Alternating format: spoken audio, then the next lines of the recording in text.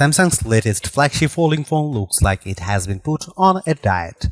The result is a transformation into one of the thinnest and lightest devices available and radically changes how it handles for the better.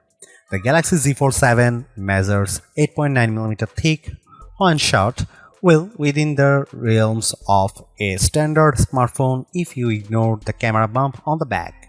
It easily fits in a pocket but opens up to turn into a folding tablet just 4.2mm thick.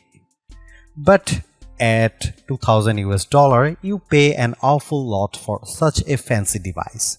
It is an expensive, cutting-edge gadget that can, in theory, replace your phone, tablet, and PC in one pocketable device. If you think the pace of smartphone and flagship innovation feels somewhat ho-hum, you probably haven't seen or touched the new Samsung Galaxy Z Fold 7. This is one of the best design upgrades I have seen in a while, not because it's radically different to the Samsung Galaxy Z Fold 6 that came before it, because it isn't, but because it's so much better in all the ways that truly matter. I will start with the physical specs because they are the most remarkable thing about of this new handset, especially when compared with the Galaxy Z Fold 6 and yes, even the Galaxy S25 Ultra. Unfolded, the Galaxy Z Fold 7 is just 4.2mm thick, that's 1.4mm thinner than the Galaxy Z Fold 6.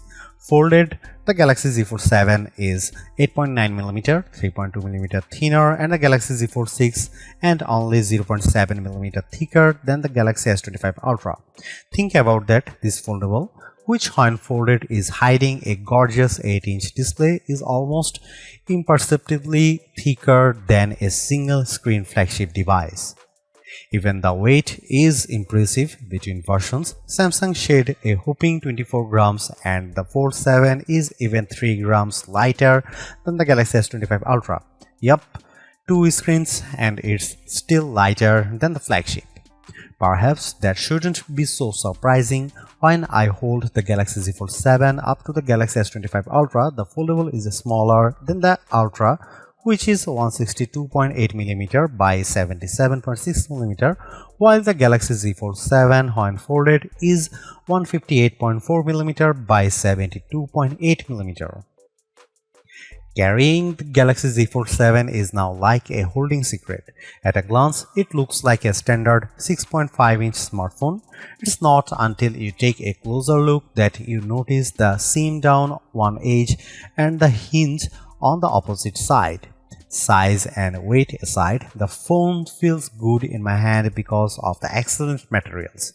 Its armor aluminum frame is covered front and back with Corning Gorilla Glass Ceramic 2. A substantial pill-shaped 3-camera array sticks out of the back. Whenever I put the phone down camera side first, it tips at an awkward angle. I guess that's the price I have to pay for a better imaging system. On the top edges, when you are holding the phone, are a pair of microphone holes, a vent, and a SIM slot. The bottom edges feature more microphone holes, a speaker slot, and the USB-C data and charging port. The tolerances here are quite something. The USB port appears to just barely fit in the space. The only buttons are the long volume rocker and the power or fingerprint reader and Gemini button. Samsung has re-engineered the hinge and it's noticeable. The phone is firmly closed when folded and has considerable but not overly resistant tension as you open it, and it snaps into position as a fully flat 8-inch tablet.